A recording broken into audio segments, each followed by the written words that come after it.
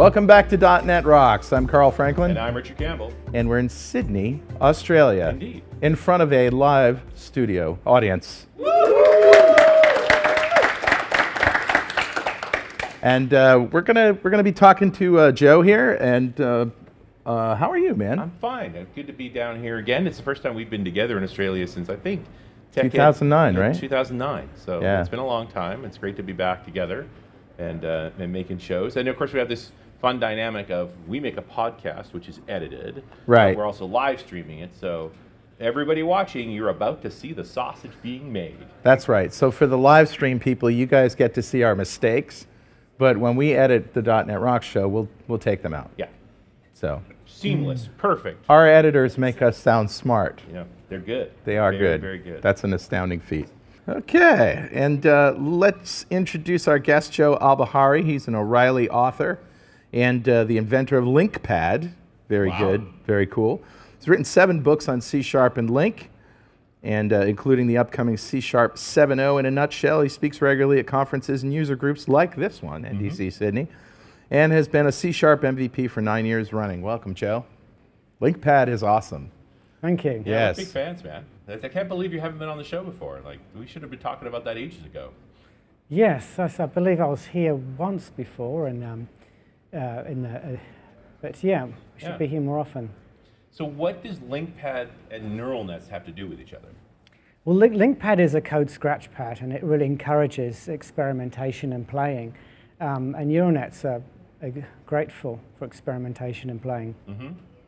So why wouldn't somebody make a console app versus use LinkPad? What's the benefit of doing that? Benefit, you get immediate feedback with LinkPad. You get to see the results in a rich format. You got a dump method that takes just about anything and displays it nicely. And you got full auto-completion as well, and tooling.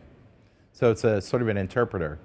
It actually does use the compiler, C# compiler, but it gives you an experience that's more like you'd get with an interpreted language. Yeah. Yeah, so that kind of line interactive, you know, the way we used to program all the time, really. That's right. Yeah, you just hit F5 and that's it. It's right there, and you can keep programming. And yeah, I like to use it to practice lambdas because I'm notoriously bad at them. So that's a great way to just how does that work again? How am I going to figure this out? Yeah. Which I think, was that the original intent of LinkPad? It was really actually no. It was like almost like a pivot, because originally it was for really for writing, querying a database in Link instead of SQL. That was the primary use case, and it was just a nice bonus that you could also use it as a general purpose scratch pad for C# or F# or VB. But then that became the main use case. It's just people tinkering with it. So we still get back to making a neural net. So is there libraries we need to introduce? I mean, I mentioned ML.NET from the comment. Is that something you use? Well, the whole idea with the presentation I gave was that, well, there's nothing wrong with libraries. Libraries are the way to go if you need to get something done.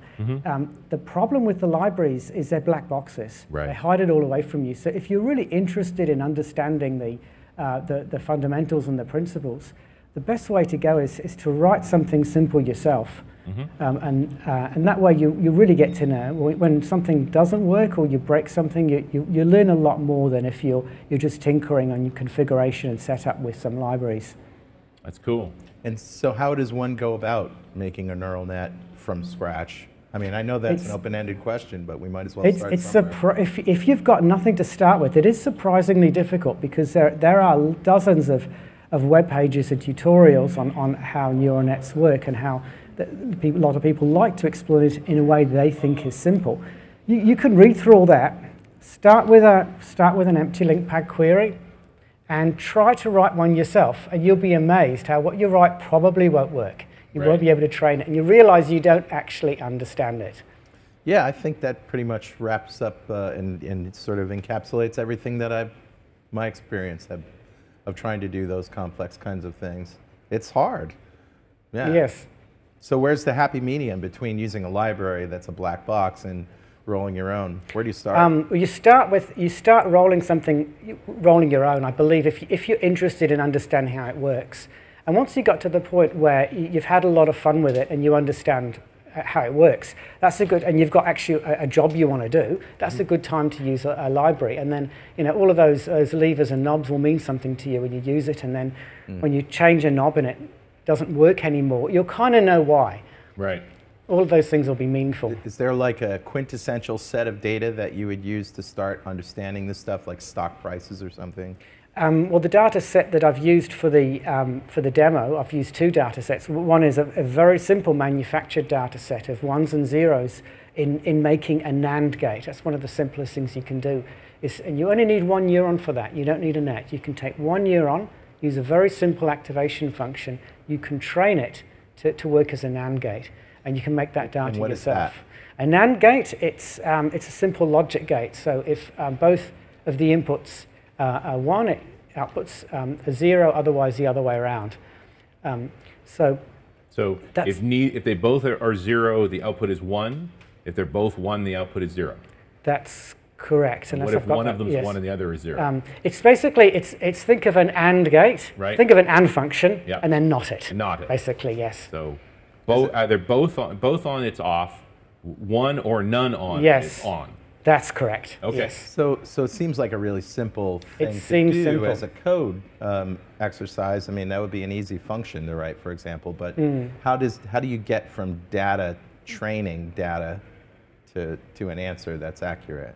Well, NeuroNet has an inputs and a bias, actually. So in this case, a neuron would have two inputs. So you start off by setting those inputs and biases to small random numbers. So when you put the data in, it's going to give you the wrong result. It's going to give you you put the data in, you'll get rubbish out. But then you ask the question, what small change can I make to those inputs and bias to make it a little bit less likely to be wrong, to get a little bit closer to the right value? And you just keep repeating that over and over again. You keep more and more training samples through that, and it gradually adjusts the weights and biases till it gives you the right answer. And in the case of this NAND gate example, you were literally talking about a single neuron? That's a single neuron. That's the example I use for a single neuron. Right, now, you can't get simpler, really. You can't get simpler than that. And when you can write that code, when you can understand that, then that's most of what you need to train a neural network.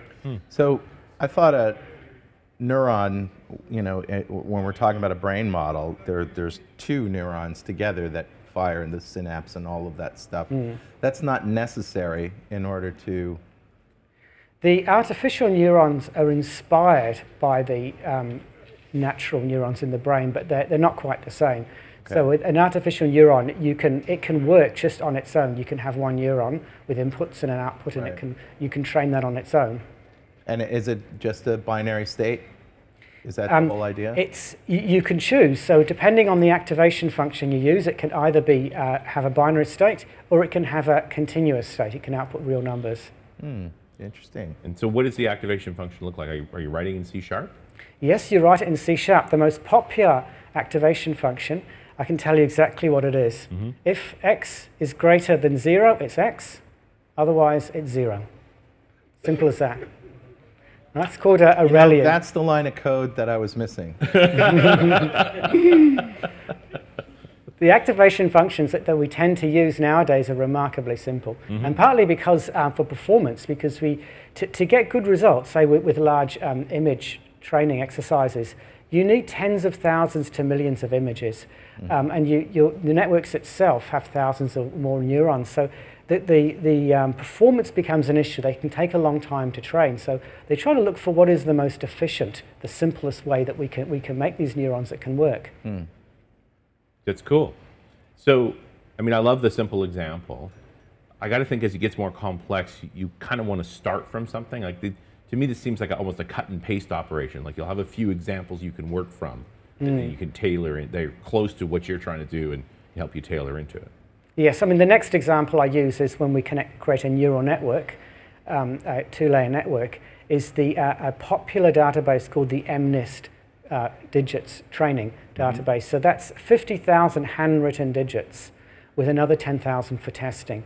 And that's very well publicized as to what over the decades, that's remained constant. And so you can see the progress of neural networks and how well they've done with that and what kind of networks give you what results. So that's the one I use for the example. It's a very popular one, and it is quite good because it does something useful and real that you couldn't otherwise do. It's a recognition. Put a handwritten digit in there, and it tells you what it is, and it can do that with quite good accuracy. Wow. And like I said, we've been able to do this for many years, but it's a test case for it's getting simpler, easier. Like, can you train on fewer examples now? Like, what's gotten better? Over the years, there's quite a number of things that have gotten better. You can use fewer examples, and one of the mechanisms that enables that is something called pre-training, where you, rather than starting off with an empty neural network, you start off with a network that's already been trained with possibly millions, let's say in the case of image recognition, it's been trained with millions of images, of general purpose images. So if that's a deep network with lots of layers, and that's been pre-trained, if that can be your starting point for doing a new training exercise, you don't need as much data to make that work if you've got that pre-trained network. Now, you mentioned sort of briefly playing with the training, just like a 2-layer network. What about these sort of deep networks? How deep are we talking? Like, what does that look like today? They can add literally nowadays dozens of layers into the networks because they're using different architectures like convolutional layers, and this is a work in progress. There's always new innovations in that, and they're coming up with cleverer and cleverer ways to make these deep networks trainable. So, I mean, because you can always create more layers very easily. That's not the problem. The problem is how do you train them? Because what tends to happen is when you add more layers is that the training doesn't converge. It kind of gets confused. You're making it almost too smart in a way. Right. Does that mean that there are use cases that lend themselves, rather, let me say that again, that's an edit point. Does that mean that there are use cases that lend themselves to neural networks better than others? I mean, because there's all kinds of machine learning other than neural networks. Yes, neural networks is just one branch of machine learning, and there's other ones that I've not gone into that can also can work very well. So are there things that, like recognition of handwriting and all that stuff is an obvious one, and prediction of data based on past data, trends and weather and those kinds of things. Yes. But can you give me an example of something that wouldn't work well with a neural network, and maybe why?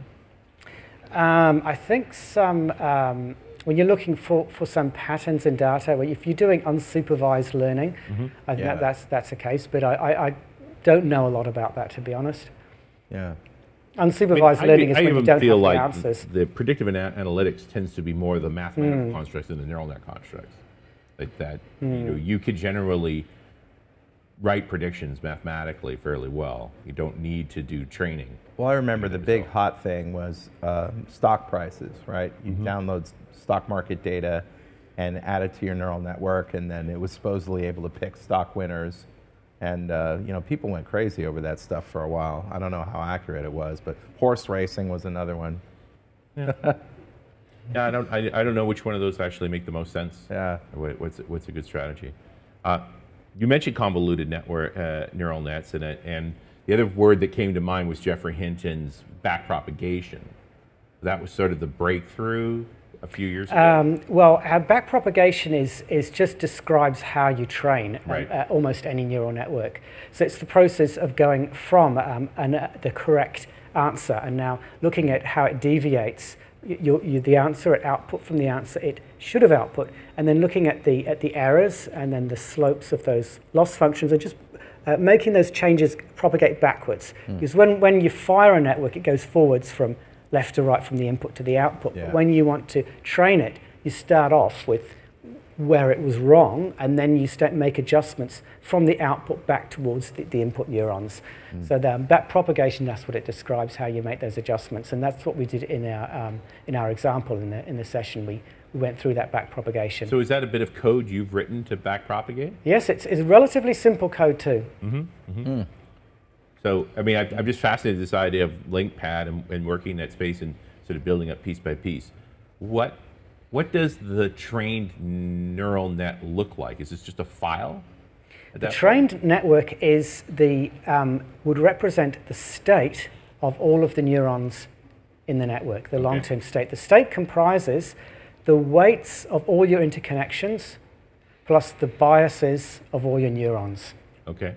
And sort of the value that it takes for it to propagate a value forward. Yes. Okay. And live listeners, we're going to pause here just for a brief message that's very important, so listen to this. And I actually lied. This is for .NET Rocks, not for you guys. Yeah. All right. And we're back. It's .NET Rocks, Carl Franklin and Richard Campbell, and we're talking neural networks with Joe Albahari. Sorry. And we're talking neural networks with Joe Albahari, and just sort of scratching the surface about how these things work, because I find that I don't understand how they work, and I think maybe our listeners might want a little more insight into what exactly, I mean, we have these things called neurons that have a state or they emit something, and they have a bias associated with them. But how do they get smarter? Like, what exactly is going on down there? I can't visualize it conceptually. It is quite tricky to visualize in the same way if you look at a fractal, like a Mandelbrot fractal, and you try to say, how is it that that simple formula gives rise to this amazing complexity, this infinite level of complexity and beauty in that fractal? It is hard to get your head around how simple mathematical formula can do that. Yeah. And I think there's some analogy there with neural networks, is that the algorithms that are used to train them are quite simple. The mechanisms aren't particularly complicated, in the maths, if you're to look at it at a very granular level, they aren't particularly complex. They're just addition and multiplication, really, and division that we're doing. Yeah. So, but what happens is that you're building up a relatively complex combination of functions. So one function feeds into another, and that combination is quite then difficult to understand exactly as a whole. And why it works. And if So you're is really it to like answer the question, I mean, an example is if a neural network, you train it with data and it all seems to be doing a good job, then you put through a sample which seems to be reasonable and it gets it wrong. If you were to ask, why did it get it wrong? You can't look at this state and work it out just by looking at those weights and biases. That's really interesting. So you really have to just tell it, no, that was wrong. Try again, and something else happens? Or? You might have to do some experimentation on that to try other ones that are similar, to try, and think, could it be to do with the, it's quite tricky in that regard, and it will have interesting consequences as artificial intelligence becomes more pervasive in things like driverless cars, for instance. Yeah. If that uses neural networks or other machine learning algorithms and it has an accident, who do you blame? Well, you can't go to the programmer and say, look, your algorithm was wrong, there's a bug in there, because you won't find that bug if there's something subtly wrong in those weights and biases. It's learnt that. You can't blame it. Oh, okay. Such you can't blame the programmer. I am getting a picture in my head, and tell me if this is in any way accurate or representative. I'm thinking of routing, right? Mm-hmm. And when you have 100,000 pipes, let's say, it's a series of tubes, pipes, and you have a ping pong ball, and you put it through one, and it needs to go back into another, sort of, routing. But you have with even 100, pipes, you've got just ridiculously exponential number of possible routes that things can go through. Is that really what we're talking about? Just like routing so that the answer is that comes in. It's it's sort of the analogy sort of works, but I guess if you've got a ping pong ball, there's just one ball. Yeah. Whereas the idea with the nets is that you've got lots of inputs, and the idea is some of them will get kind of switched off, some will get switched on, or some will be partially switched on as they go through and they combine with other ones. Yeah. If I tie back to your example about recognizing a number, in the end, the number itself is a set of values in a two-dimensional matrix that represent white the images, versus black, yes, correct, and it grays in between. Yeah, and that you're literally feeding that array of values to the neurons. That's correct. And then they go through this triggering path to ultimately get you. That's a 9. That's right. Which, I mean, it's fascinating to think about it. There's a DARPA initiative called Explainable AI that I've been reading about, and their specific goal was to deal with this issue around neural nets. Right. I'm not so worried about blame when an automated car crashes. I think much more like the airline industry does, which is you don't worry about blame, you worry about understanding how it happened so that you can have it not happen again. Yes. And as long as neural nets remain unexplainable, we can't actually improve. Yes. Well, yes, I can see where you're coming from. Right. Yes. Yeah. So, I mean, I'm reading this stuff from DARPA around explainable AI, where their goal is not why did you get it wrong, but why did you get it right? Like, what did you see that had And have they made progress? That's a great question, right? I mean, and their theory, the way it was presented on the slide deck, which was lovely, was showing pictures of kittens and having the neural net say that's a kitten, but then being able to say, why is it a kitten? Because it has fur and claws and eyes, and like that there's that concept of breaking it down. But I don't know that a neural net knows that. The difficulty is if you look for those concepts such as fur and claws, then it is in theory quite possible that those are captured within those hidden layers, particularly their convolutional layers. But the problem is those things, they mean a lot to us, things like fur and claws, but it's quite likely that the neural net, the way it will have been trained, it will have very different concepts, if you were to call them concepts at all. They won't mean anything to us. We won't be able to really understand, or it won't look very meaningful, what those hidden layers are actually doing. They're probably not extracting claws or whiskers, right? They're doing something else that won't really mean much to us, and that's the problem. I mean, in order to get something that was meaningful to us, we would need to really have it share our kind of intelligence and all our knowledge and our background concepts. Yeah, right. Sure. Yeah, it's one thing to recognize something, but it's another to apply all of the memories and understanding of the vast array of nouns we have stored in our think meat. Yes, it's amazing it can do as well as it does when you really consider how little it knows. Yeah. Yeah. Well, and I guess, and I've certainly been reading where they're talking about, especially in these deep layers, that you can see that there's a point where it discards irrelevant material, that it's like this is where it recognizes that's where the face is, and then goes to the next face of whose face. Yes. So there's bits where I'm thinking, well, maybe we can understand where these things go wrong and could be better. It's just an interesting. It's interesting to me this idea that halfway through the neural sequence you could stop and say, "What do you know now?" versus actually getting only to the answer.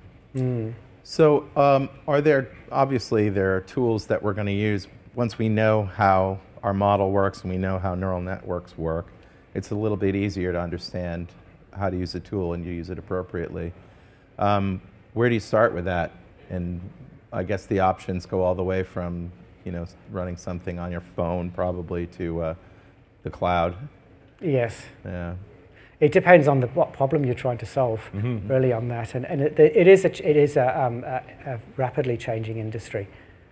So this changes from one year to the next. Yeah, I think everybody's still very much experimenting. I'm thinking back to the show we did with, was it Kevin Scott, about the intelligent edge? Oh, yeah. And just this idea that you may do this training back at the lab, but the trained models can get deployed to edge devices, so that it, rather than sending the images back to your store, you're sending the analysis back to the store, moving a lot less data. Yes, that makes sense. How does parallelism come into play? Well, it's very conducive to parallelism. Neural nets training and execution is conducive to parallelism. So there's two ways you can use your microprocessor to parallelize using the cores, or the way that most of the big libraries work is that they'll use the graphics processing units. GPUs, yeah. Because these are, they're very conducive to that, because you're performing these simple kind of computations that are similar to the computations that you perform when you're playing a 3D game. Yeah, it's just in 3D you're talking about reticulating splines. Yes. Here you would be backpropagating biases. That's right. Yeah. But either way, they're simple scalar math functions that are propagated across a lot of nodes. Yes.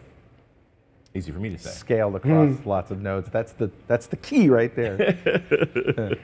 Little equation. Very wide. Parallel. Yeah. You want to hit it? Yeah, sure.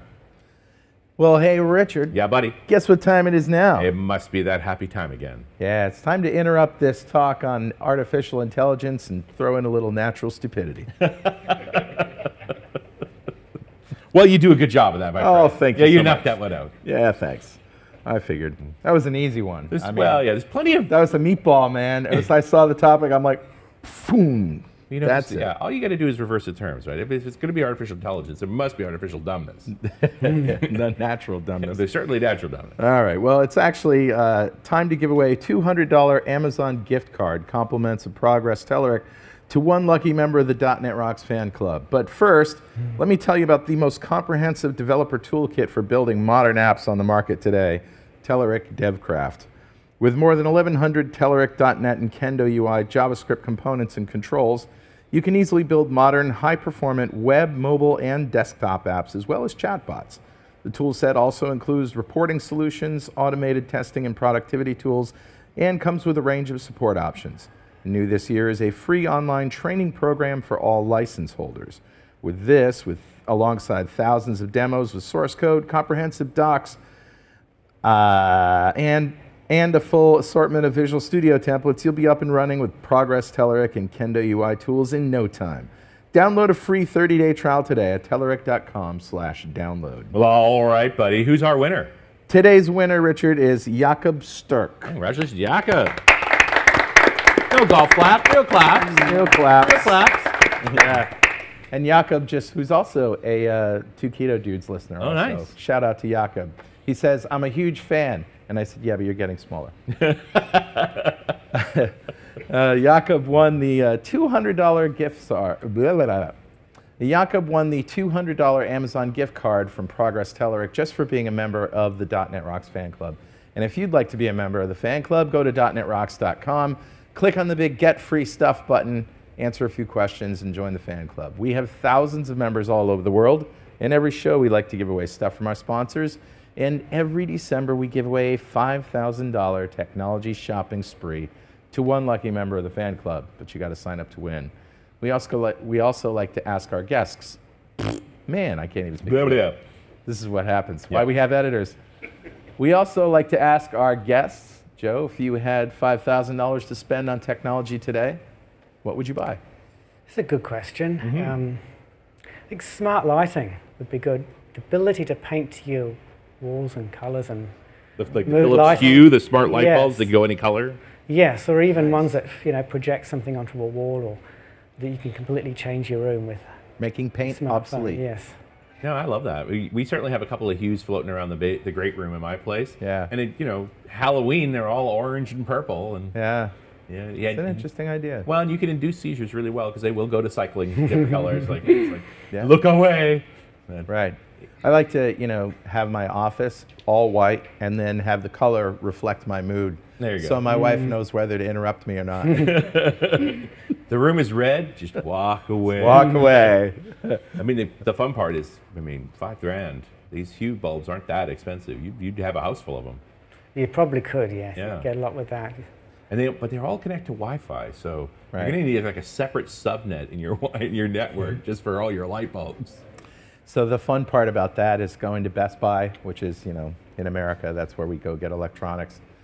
One of the places anyway, and you go up for a specialized, Wi-Fi thing that doesn't need all the bells and whistles, and the guy's trying to upsell you on all this stuff, and like, look, I know what I'm buying. That's the one. I want the $60 version. Right. Because it's going to sit in a corner. It's going to have exactly 3 clients. Yeah, and that's all it's ever going to be. Right.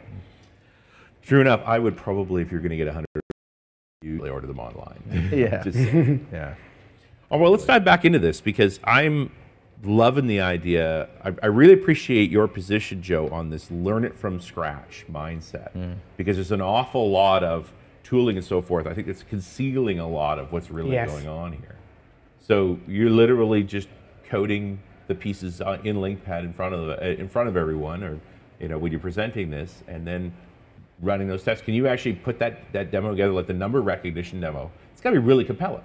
Yes. Show a graphic of a number and then see that this little neural net is get the number correct.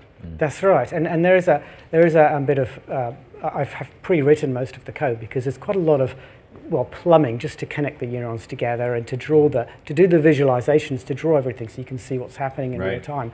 But the actual algorithm is something that's I can capture that pretty simply. The algorithm involved in firing and training.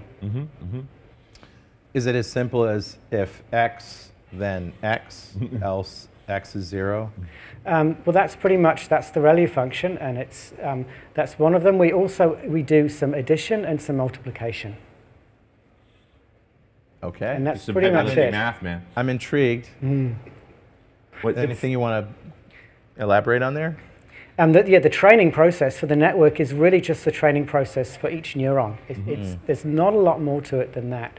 I mean, there's one tricky aspect of backpropagation, which is how do you get from from a layer of neurons when you're looking at the what I call the votes for change, which is really the gradient of the loss function. How do you propagate that backwards? But it is actually simple if you think about it in a certain way, which is that you're basically taking a weighted sum. You just make that weighted sum go backwards, and that's how you can. And so you're taking like half of that sum against the first neuron, and then half it again for the next neuron. You don't have to halve it. You could either add them all together, right, or you could take the average. Whether you add them or average them really doesn't make any difference, except that if you end up with bigger numbers, you might need to adjust your learning rate. That's the step size you take in proportion to the numbers.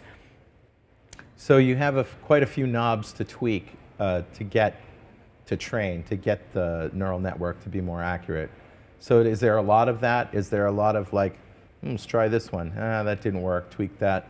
Yes, there is. A lot of it, for instance, how do you come up with the optimum learning rate? That's the step size you take each time you make an adjustment. That is a lot of involves manual tweaking. Yes, and if if you want to be quite sophisticated with that, you can automate that or write heuristics or even get the neural network itself to teach its own learning rate. But yes, there are quite a few knobs. But the minimum we need to get it working really is that we need a learning rate, we need an activation function for the neurons, and that's pretty much it.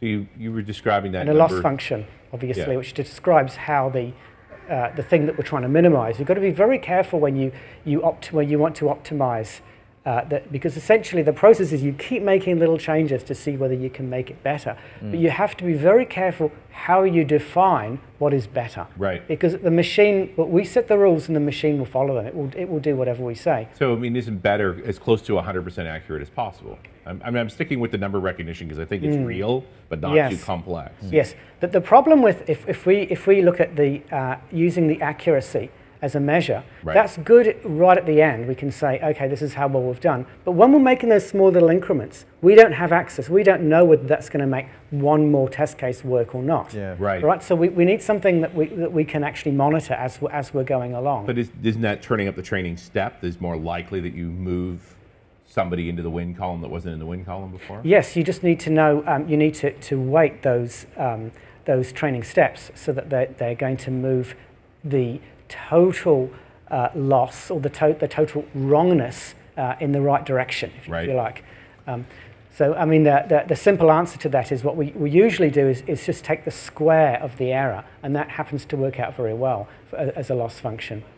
So the software that you wrote, is it fully functional to use in a variety of different use cases? And yes, it's a general purpose network. It's not designed specifically for image processing. And is it anything that, obviously you're sharing it, right? Yes, it's available on LinkPad. So you go to the samples and hit download more samples, and then you can, it's in the conference section. I guess what I'm asking is there any problem too big that it couldn't solve? Oh, absolutely. It is designed to be relatively simple. So it does quite a good job of the handwriting recognition for those digits. Yes, of course, there are problems too big for it to solve. I mean, I don't know how easy it would be to take that and turn that into something that can solve more elaborate problems. But I think there's a point where, you've got, once you've really used it for what it was designed for, like getting that understanding of how this thing works, it's probably time to move on to using a library for doing those kind of problems. Right, but as Richard said, really love the idea that you can actually see the code working in a very simple way, and step through it. Yeah. Is it something that you step through, or are there so many iterations that you can step through it? But there's a visualizer, so you can actually see the colors changing of the neurons as it trains. Interesting. Because it trains quite slowly, so you can actually watch the colors change as the biases and weights take form. Wow. All right, now I'm completely intrigued. I know that tone in your voice. If Yeah, we were in our studios, you'd be typing right now. Like, I would, yeah. I'd be downloading it, and it's like, play with look at the blinky lights. Yeah, very cool. So where can we get it? If you download LinkPad and go to the samples, there's a link to download more samples in there. There's a set of built-in ones, and this is one of the extras. So if you scroll to the bottom of the extras list, there'll be a link for this conference session. Nice. Wow. What are your plans for it? Moving ahead. I'm probably going to move on to something else. Really? So what else is... Did this start as a learning tool for you, and you've decided to share it with others? Yes. I mean, I was just very interested myself how they Sure. worked. Yeah. And I wanted to understand it properly. Sure. Now, why wouldn't we just stay with that? What am I going to get now that I understand moving to an ML.NET or the cognitive services in Azure? You'll get a whole lot of other machine learning models, and you also get other kinds of neural network layers, such as convolutional layers for image processing. You'll also get the ability to optimize and run it on graphics processing units. Right. And you'll have access to pre-trained models as well with some millions of images. Yeah, right. Right. And of course, cognitive services, you get all the models too, and just a high level, hey, what's this? Yeah, where you don't have to do any of that stuff. But you are back to that black box effect. You don't really Yeah. know what's going on. You can't tweak it. Or you only get to tweak it the way the knobs they give you. Yeah. As opposed to it was all your own code in LinkPad, and you can change anything you want to change. I like. You'll find a lot of the knobs are quite similar. Right. I mean, once you understand having written it yourself and made some mistakes, you'll find that a lot of the stuff will make sense. Can we talk a little bit about the whole overfitting effect? Like, can you demonstrate that? I did demonstrate that in the demo. I demonstrated overfitting. So what I did was I improved I used a more powerful loss function on the final layer, and we ended up getting 99.9%. In fact, we could easily have got 100% accuracy on the training data, or very close to 100% accuracy on the training data. Now, what happened? Can you just back up and tell us what overfitting is? This will explain what overfitting is. So we got very good accuracy on the training data, but then when we tested it on another smaller set of data that it hadn't seen, it didn't do quite so well. It was only 98% instead of close to 100. Right. So what had happened was it had latched onto a lot of specific features of that training set, and it was unable to generalize those so well to data it hadn't seen. And that's what overfitting is. Right. It fits the training data too well, if anything, and then that doesn't translate to doing well with data it hasn't seen. Your test data. Yeah. And so and if I remember correctly with this number set, it's like 10,000 that you train with and 50,000 that you can evaluate? This is 50,000 you train with, and then 10,000 that you test with. That you test, and that's quite a common ratio. Okay, you test with 5 times, or you build with 5 times more data than you test with. That's quite common to use that ratio, yes. And then you are hoping that the percentage accuracy matches between the train set and the test set. It'll never be quite as high, but you're hoping it's not too much lower. Overfit is simply a nice way of describing that phenomena, where it's quite a bit higher. But I mean, I would feel like if you're doing 99 on the test set and 98 on the, or 99 on the training set and 98 on the test set, I'm just not that unhappy. But no, although actually we were getting close to 100. Right. So if you look at it the other way around, like what percentage did it get wrong, we're down to 1 in 1,000. Right. If you got 99.9 something, it could have even been 1 in 10,000. So that's huge compared to the it does make the overfitting look more egregious in that case. But in the end, it doesn't. As you get closer, you get worse results out of the test. As you get closer with the training results, you make the test results look worse. They can actually happen, and that happened in our case because we actually, by putting that kind of exotic loss function in there, while we improved the training accuracy, we actually decreased the test accuracy slightly overusing the standard loss function. In this particular case, now that won't always be the case, right? You know, your mileage will vary depending on the scenario. Wow. Do you find you could make multiple models, training on the same set with different sets of values, and get good results across a bunch of them? Like, or is there one right way, like with a given set? No, there's no one right way, because everything depends. Right. Right. So yes, you can repeat. You can try lots of different activation functions. You can tweak the hyperparameters in lots of different ways, and for your particular situation, that'll work well. It doesn't mean it'll work well in other scenarios. Right. And you also have to be a little bit careful when you start doing that, because if you spend too long and coming up with too many different combinations, you might end up just happen to pick one that fits the test data. Right. Yeah, That's what I'm thinking. sure. Now you're Right. only fitted to the So test data. now you need a third set called Yeah. validation data, right? You keep another set you lock away called validation to know in the end how good you actually were. But, see, I mean, presuming you're building this number recognizer, now you put it out into the wild. Are you still looking at its results routinely and sort of saying, is it actually maintaining that success rate that we hope for? Well, this is a fixed set of data I'm using, Right. so I've not tried it with any new data sets. Right. Oh. Well, and therein lies, you know, you're like, right, it may with a third set of data not do near as well with either. Yes, given that I have, I am comparing different models and different functions, it would be a good idea, yes, to have a validation set just to make sure that when I said, look, this activation function works the best, that it is actually consistent. That is a good point. So let's say somebody's using this to recognize their numbers, and you get a positive recognition on it. Can those numbers then be added to your test data or to your training data, and so it just continuously keeps getting new samples of what are correct numbers? Yes, that is the way that a lot of neural networks operate. So they do keep they keep track of if they've got labeled data. The data coming in is labeled, so you know what the correct answer is. Right. Then you can keep using that to expand your training set. Yeah, why not? So you were talking about moving on to the next thing, and I may have jumped the gun there, but what's the next thing for you? Well, I think .NET Core is going to become quite big now, so that's going to mean LinkPad's going to have to move in that direction. So, Sure. Being able to consume .NET Core. Yes. I presume you're depending on Roslyn for a lot of what you're doing inside of LinkPad. Yes, that's correct. Right. Yes. You're most of the way there. Yes, exactly, because and I think .NET Framework is moving in the direction of .NET Core. So Sure. the next version is going to be in Sort of a hybrid thing, yeah. Well, that's great, man. Joe, thank you very much. This has been thrilling and enlightening, and I can't wait to download this stuff and play with it. Thank you. It's pretty cool. Thanks. All right, and we'll see you next time on .NET Rocks.